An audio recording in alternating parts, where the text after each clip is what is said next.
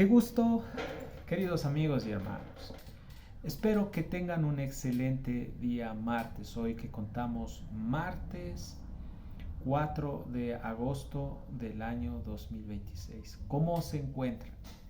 Bueno, yo quiero ir a la fuente de vida, que es la palabra de Dios, con ustedes y reflexionar un tema maravilloso. Y habla acerca de la obediencia.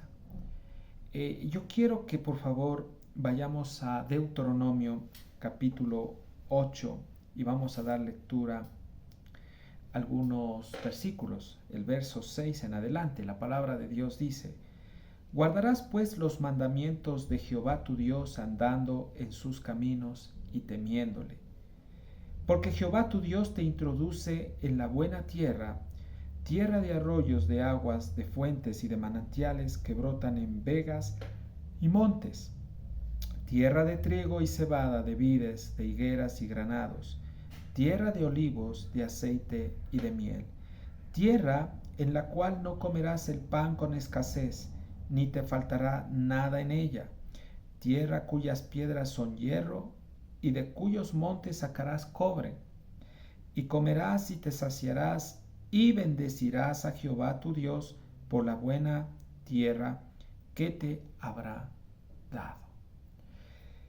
Más adelante, vemos aquí que Moisés habla y les amonesta al pueblo de Israel para que no se olviden de Dios.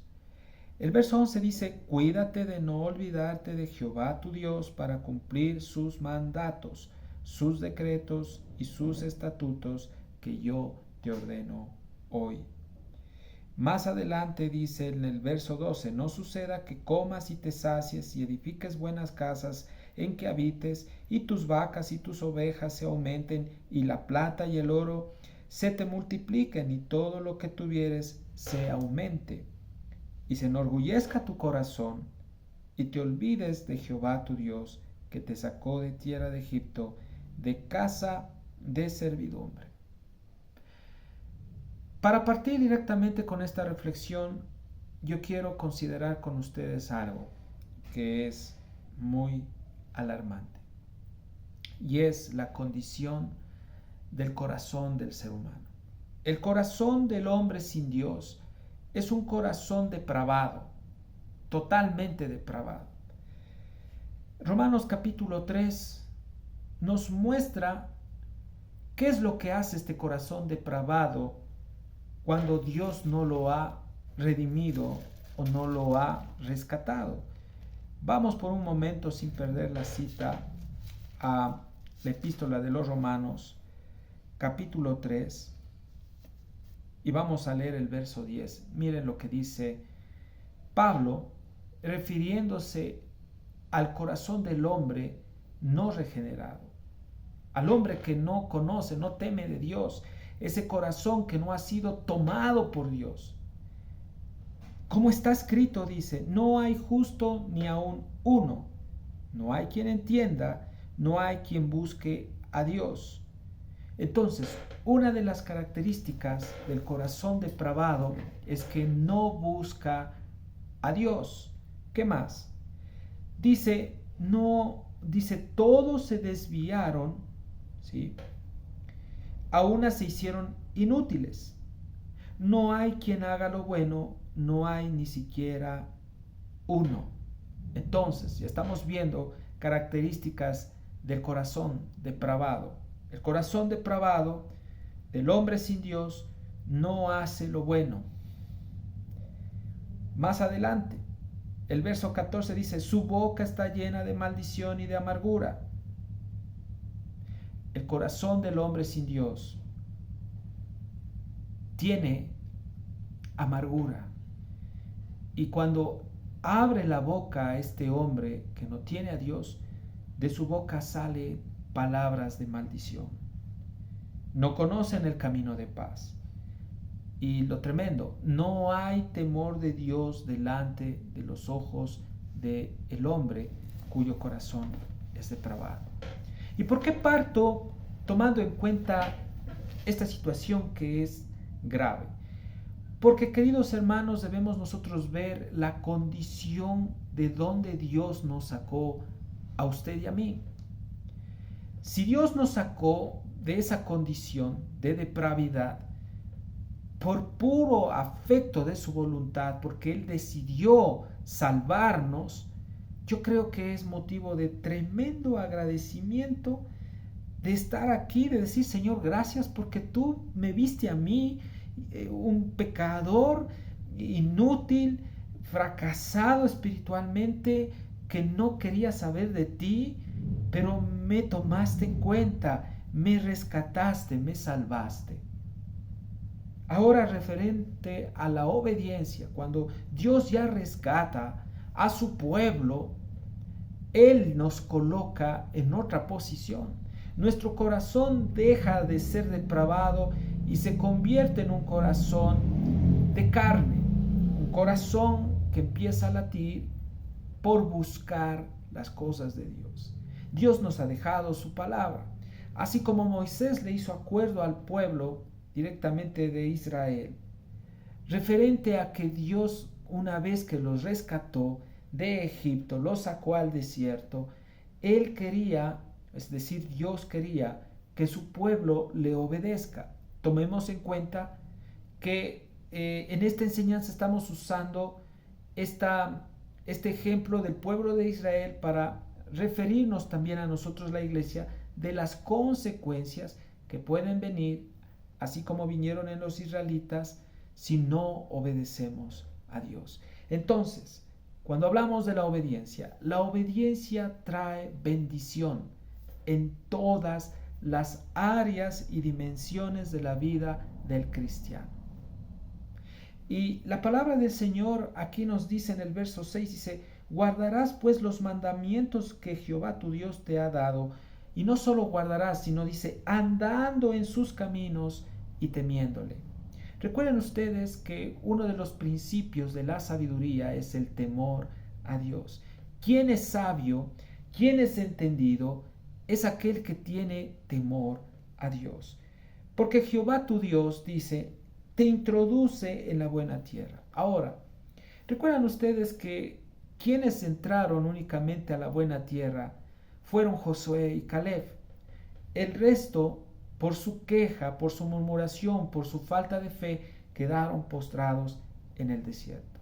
E incluso el mismo Moisés, por no obedecer a Dios, cuando Dios le mandó a que hable a la roca, pero él llegó y la golpeó 2 veces, aunque salieron aguas de esa roca para darles de beber temporalmente a ese pueblo rebelde de Israel. Amados hermanos, Dios no quiso que él pase a la tierra prometida. Él solo le permitió mirar directamente la tierra prometida, pero no pasó. Esas son las consecuencias de la desobediencia. Recuerda tú que cuando nosotros desobedecemos, Dios mismo pone un cerco, un bloqueo para que tú no pases a la tierra prometida. ¿Y qué quiere decir esto? Que cuando nosotros estamos en pecado, no podemos ser introducidos a la buena tierra. Si pecamos, no vamos a poder experimentar o disfrutar los arroyos que hay en esa buena tierra. Si estamos en pecado, no vamos a disfrutar ni de las aguas, ni de las fuentes, ni de los manantiales que brotan en esa buena tierra. Si seguimos obstinados en el pecado, no vamos a poder experimentar y disfrutar del trigo, ni de la cebada, ni de los vides, ni de las higueras, ni de los granados, ni de la tierra de los olivos, ni del aceite, ni de la miel. Amados hermanos, todas estas cosas que están aquí son una representación de las bendiciones que Dios tiene preparado para los que le obedecen. Entonces, esto espiritualmente hablando, cuando habla de la buena tierra representa a Cristo. Y si nosotros, amados hermanos, pecamos, no vamos a disfrutar en plenitud a Cristo. Y recordemos que en Jesús existen los arroyos, las aguas, las fuentes, los manantiales. En Él está el trigo, en Él está la cebada, en Él están las vides, están las higueras, están los granados, están los olivos, están el aceite, está la miel. Queridos hermanos, el verso 9 dice de Deuteronomio 8, dice, tierra en la cual no comerás el pan con escasez. Recuerda, estoy usando esta figura del antiguo pacto para referirme a Cristo. En Jesús no hay pan, escúchame bien, que escasee. En otras palabras, Cristo es rico y Cristo es aquel que provee y suple todas las necesidades que sus hijos tienen. En Jesús no hay escasez. En Jesús no nos falta nada.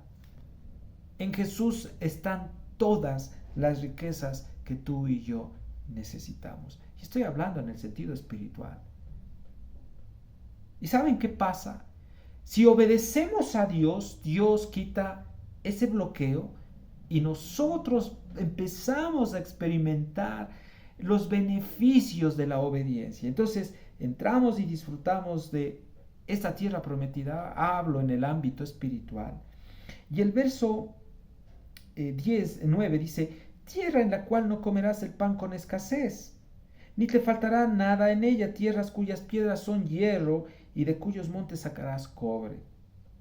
Y comerás y te saciarás y bendecirás a Jehová tu Dios por la buena tierra que te habrá dado. Querido amigo y hermano, la palabra bendecir es exaltar. La palabra bendecir es reconocer a alguien que te ha favorecido. La palabra bendecir es elogiar. ¿Cómo tú bendices a Dios? Amados hermanos, cuando nosotros directamente vivimos una vida de obediencia, bendecimos al Señor. Exaltamos a Dios a través de nuestra obediencia, de caminar en temor. Allí directamente estamos exaltando a Dios. Entonces, estamos ya entendiendo que ya Dios nos sacó de esa condición deplorable donde nuestro corazón era sucio, depravado. Y bueno, ya hoy estamos en otra posición, pero ya Dios nos está diciendo, para que tú seas totalmente liberado, limpiado de esos vestigios, es necesario que obedezcas mis mandamientos, que andes en ellos y que me temas. Querido hermano, más adelante ustedes saben muy bien que Moisés le dio orden al pueblo de Israel y le amonestó para que no se olviden de Dios. Y hoy en día Dios también nos amonesta.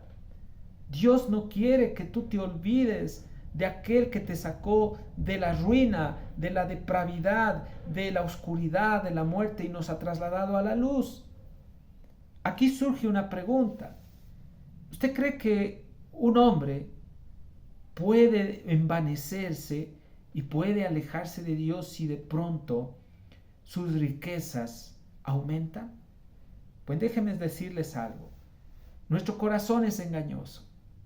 Y yo le puedo decir y le puedo responder, si ese hombre no está firme en Cristo, ese hombre fácilmente puede olvidarse de Dios. Y es por eso que también Moisés les está hablando al pueblo y les dice en el verso 11, cuídense de no olvidarse de Jehová, su Dios, para cumplir sus mandamientos, sus decretos y sus estatutos que yo les ordeno hoy. No suceda, dice aquí, que comas y te sacies y edifiques buenas casas en que habites y tus vacas y tus ovejas se aumenten y la plata y el oro se te multipliquen y todo lo que tuvieres se aumente. Queridos hermanos, esto es algo alarmante, porque el corazón del hombre está inclinado al mal, al pecado. Si nosotros no estamos buscando de Dios, si nosotros no estamos firmes en Él, podemos, amados hermanos, caer en este pecado.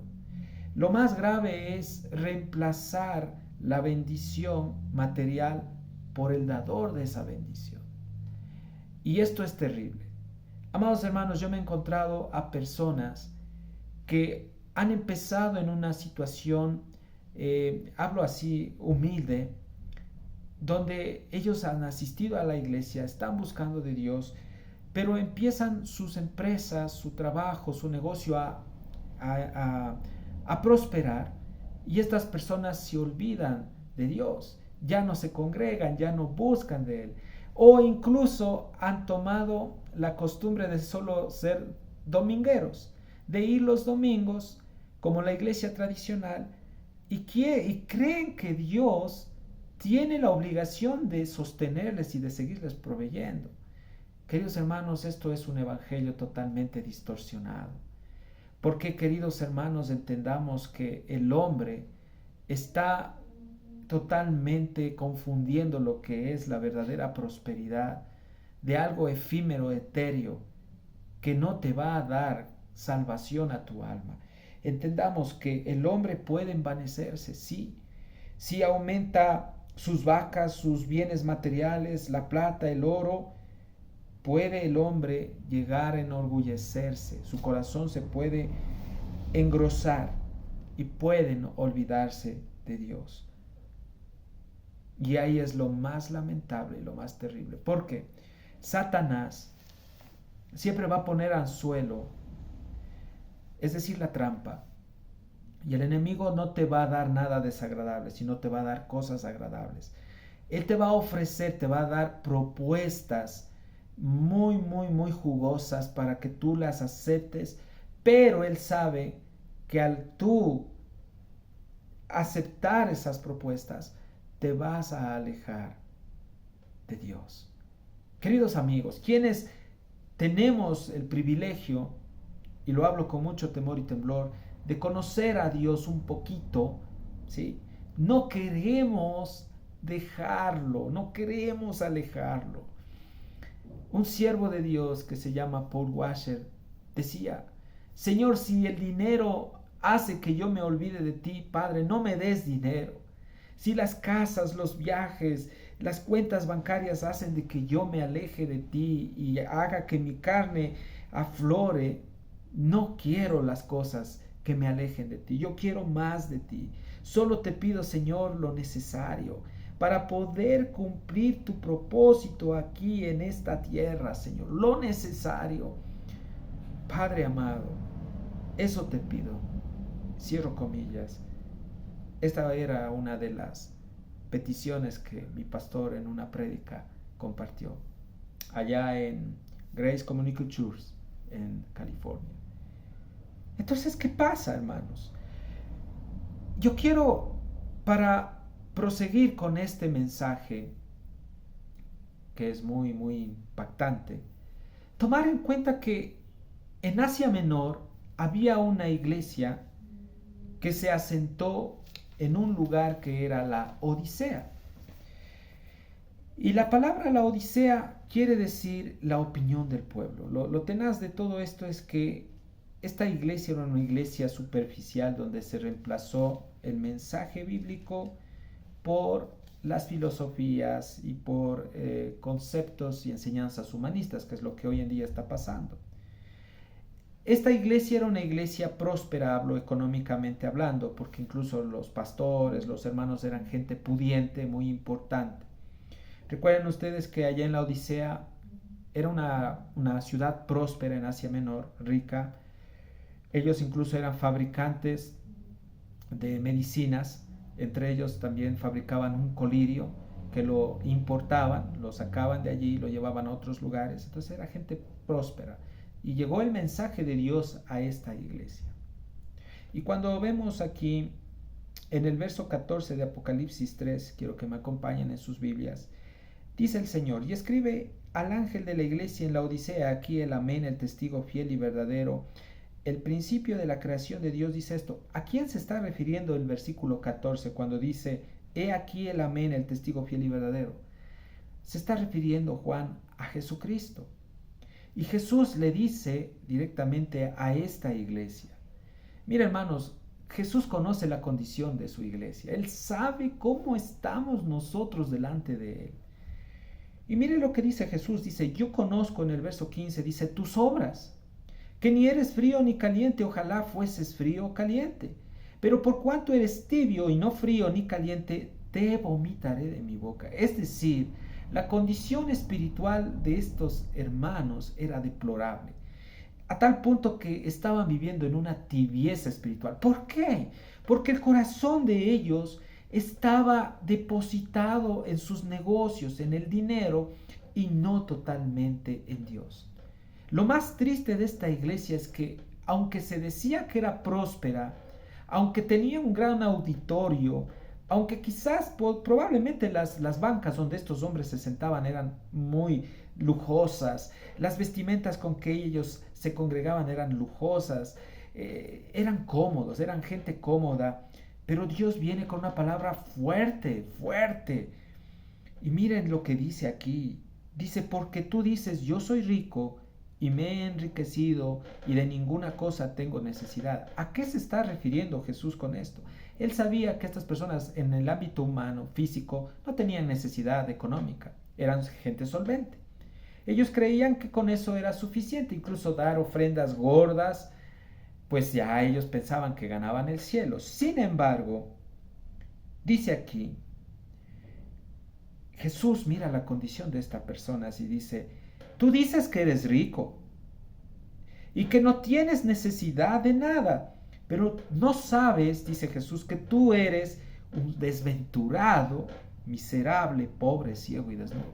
En otras palabras, Jesús les estaba diciendo, aunque externamente ustedes tengan todo, ustedes están en bancarrota espiritual. Y su pobreza y su miseria y su ceguera y su desnudez espiritual los está llevando al infierno. Por tanto, yo te aconsejo que de mí, dice Jesús, compres oro refinado en fuego para que seas rico y vestiduras blancas para vestirte y que no se descubra la vergüenza de tu desnudez. En otras palabras, Jesús estaba invitando a estas personas a que se arrepientan de corazón, dejen su vida tibia y reciban la salvación de Cristo y que Jesús los iba a enriquecer. El oro refinado en fuego representa la naturaleza divina. Lo que estas personas necesitaban era Cristo, hermanos. ¿Y cuántas iglesias necesitan a Cristo? Hoy en día, ¿cuántas iglesias tienen nombre de que viven? Pueden decir la iglesia Luz de la Esperanza, la iglesia, pueden poner la iglesia de Jesucristo, de aguas de vida, o fuentes de vida, o ríos de agua viva. Pero, amados hermanos, puede ser un nombre nada más, pero Dios conoce las obras del corazón, Dios conoce las obras de esta iglesia y más a fondo Él sabe el corazón de cada uno de ellos. El Señor dice aquí, yo reprendo y castigo a todos los que amo, sean celosos y arrepiéntanse. Y al último me gusta porque dice, al que venciere, le daré que se siente conmigo en mi trono, así como yo he vencido y me he sentado en mi Padre, me he sentado con mi Padre en su trono. El que tiene oídos para oír, oiga lo que el Espíritu dice a las iglesias. Mira, yo creo que Dios ha sido tan bueno con nosotros y entendamos que en Cristo nosotros hemos sido enriquecidos. Quiero que me acompañen por un momento a Primera de Corintios. Vamos un rato. Primera de Corintios, capítulo 1, verso 5. Miren lo que dice aquí, y es una realidad. Aquí dice algo, y dice, porque en todas las cosas fuisteis enriquecidos en Él. Gloria a Dios y aleluya. Queridos hermanos, todas las riquezas que tú y yo necesitamos están en Él, es decir, en Cristo Jesús. Dios nos ha enriquecido en palabra, en ciencia, en conocimiento. Y yo quería también decirles algo, porque a veces se malinterpreta la verdadera prosperidad. Quiero decirles algo. Cuando alguien te dice, yo quiero que tú seas prosperado, que te vaya bien, ¿qué es lo que a Dios le importa más que el darte cosas materiales? Mira, te voy a dar el significado de la palabra prosperar, pero es un significado bíblico. Mira, si nosotros vamos por un momento, ya que hablamos de que Dios nos ha enriquecido, ¿sí? Vamos por un momento a la tercera carta de Juan, capítulo 2.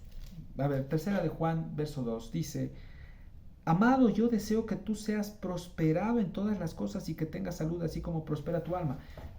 Este texto, los falsos maestros lo sacan fuera de contexto para hablar solo de dinero, de casas, carros, cuentas bancarias, cheques, dinero. No, no, no, no. Vamos a lo espiritual. Vamos a desbaratar ese evangelio falso. Querido hermano, cuando Juan le escribe a Gallo estas palabras, él estaba hablando de que lo más importante para el apóstol era que Gallo prospere espiritualmente, más que lo material. En la Biblia la palabra prosperar, querido hermano, significa avanzar, tener éxito y recibir el favor de Dios en un camino favorable. No se limita al dinero o bienes materiales, sino que abarca un bienestar integral que incluye el bienestar del espíritu, la salud física y la paz interior.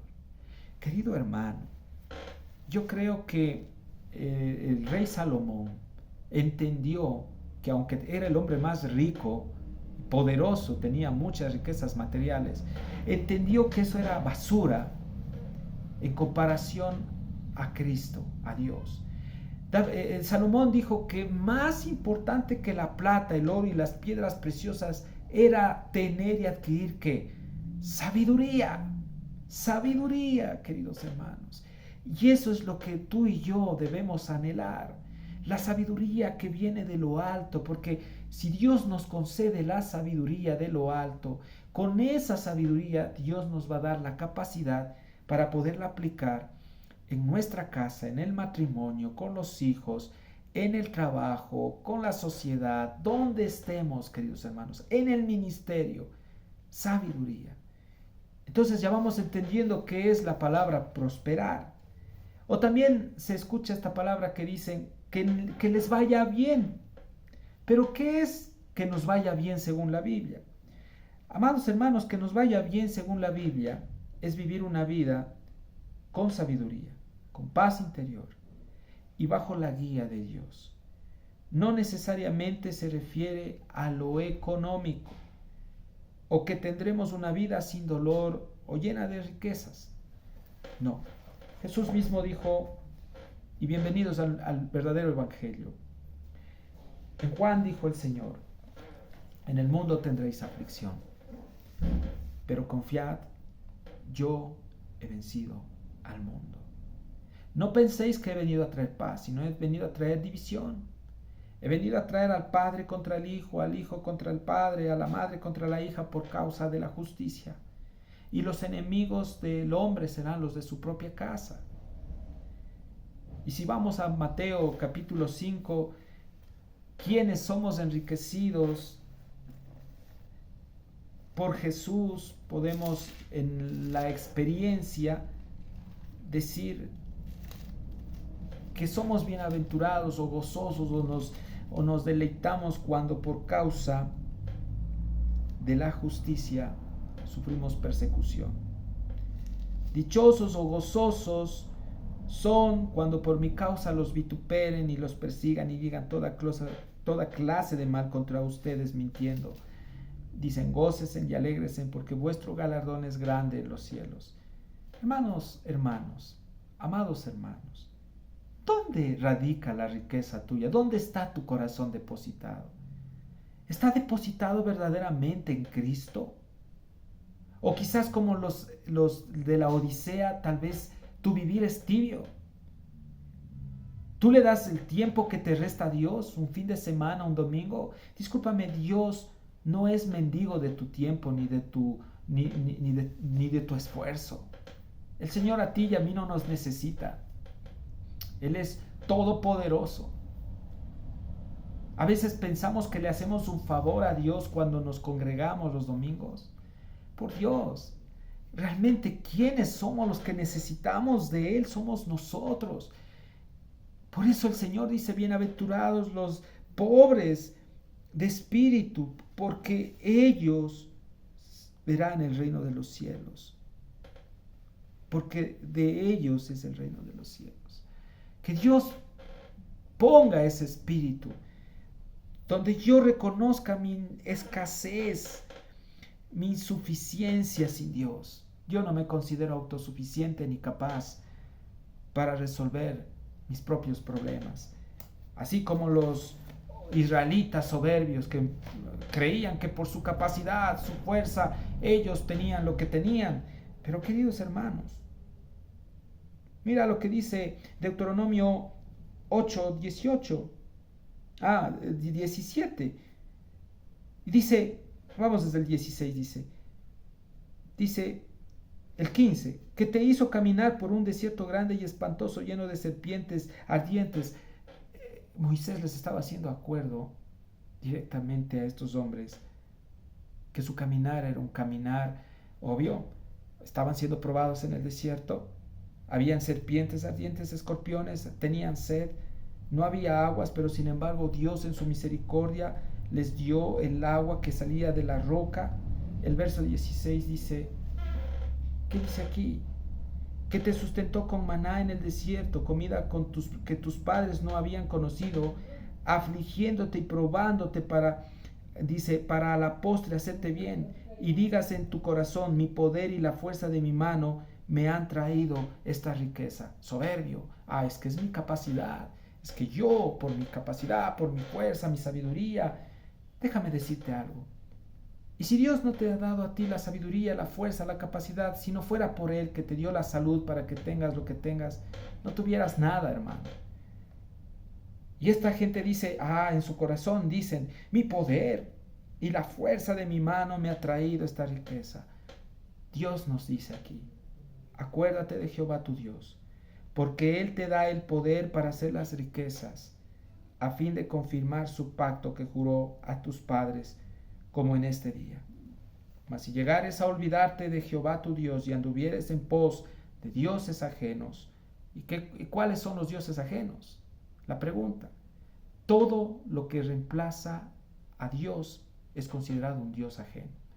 Puede ser una imagen, puede ser una escultura de hierro o de yeso, pero más que eso también puede ser alguien de carne y hueso. Puede ser un hijo tuyo, un esposo, una esposa, puede ser tu madre, tu abuela, tus hijos, tus hermanos, puede ser tu vehículo, puede ser tu trabajo, puede ser tu profesión, pueden ser tu casa, pueden ser hasta tus mascotas. Todo lo que reemplaza a Dios se convierte en ídolos. Y déjame decirte esto, si tú te olvidas de Dios y andas en pos de dioses ajenos y les sirves a ellos y te inclinas, yo lo afirmo hoy contra ustedes, que ustedes de cierto morirán. Creo que Dios hoy en día nos ha hablado acerca de la obediencia. Nos ha hablado de cómo el corazón del hombre sin Dios es depravado y cómo Dios nos sacó de la oscuridad y hoy quiere que le obedezcamos para que seamos bendecidos. Hemos hablado del verdadero significado de lo que es la bendición de Dios, que no solo nos enfocamos a lo material, porque queremos ser liberados de ese evangelio falso, superficial que hoy en día se está predicando. Alguna vez alguien me dijo, hermano, yo he obedecido a Dios, he ordenado mi vida, pero estoy pasando una situación económica crítica. ¿Será que Dios se olvidó de mí? Y yo le dije, hermano, no. Dios no se ha olvidado de ti. El Señor está tratando con tu vida. Pero no quiere decir que Dios se ha olvidado de ti. Alguna vez en una iglesia, de estas iglesias, pseudo iglesias, donde hay estos pseudo pastores, decían que habían hermanos que oraban para que les prospere Dios económicamente y cuando no les llegaba la prosperidad económica, ellos le iban a reclamar al pastor y le decían, pero ¿por qué Dios no me prospera? Y estos falsos impostores, pastores, les decían, es que porque no oraste con fe. ¿Acaso, hermanos, como dijo Job, solo recibiremos bienes y no vamos a recibir males? Dios dispone todas las cosas con un propósito y no es para darnos nuestra mejor vida ahora. Es para que Cristo sea forjado en ti y en mí. Él usa cualquier circunstancia. Él puede utilizar incluso la escasez en nuestra vida. Él puede quitarnos cosas, puede quitarnos dinero, puede pasarnos por el fuego, aún en la escasez, para que Cristo sea forjado en ti y en mí. Quizás este evangelio no es fácil de chupar como un caramelo dulce, pero Dios nos ha llamado a hablar la verdad.